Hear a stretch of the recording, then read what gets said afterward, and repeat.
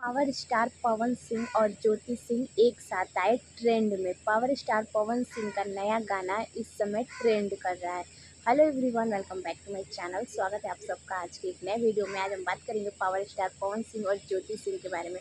दोस्तों, आप सबको पता है कि पावर स्टार पवन सिंह का एक नया गाना आया था SSP रिकॉर्ड से, जो गाना इस समय ट्रेंड में चल रहा है। SSP रिकॉर्ड जो है वो थोड़ी सी छोटी सी कंपनी से गाना आया था। अगर बड़ी कंपनी से आया होता तो इस समय मिलियन में उस पर व्यूज़ होते, लेकिन फिर भी इस समय वो गाना जो है वो धमाल मचा रहा है।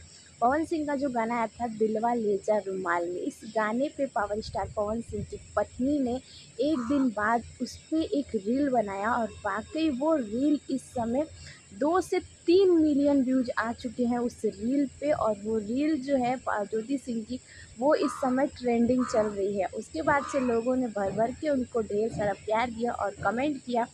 पवन सिंह ने जब देखा ज्योति सिंह का वो इंस्टाग्राम का वो वीडियोज़ वायरल हो रहा था, फिर पावर स्टार पवन सिंह ने भी उसी गाने पे एक रील बनाया और वो रील जो है इस समय 3.5 मिलियन क्रॉस कर चुकी है। यानी कि पावर स्टार पवन सिंह और ज्योति सिंह दोनों एक साथ ट्रेंड में हैं। दोनों एक दूसरे को ट्रेंड में ला दिए हैं।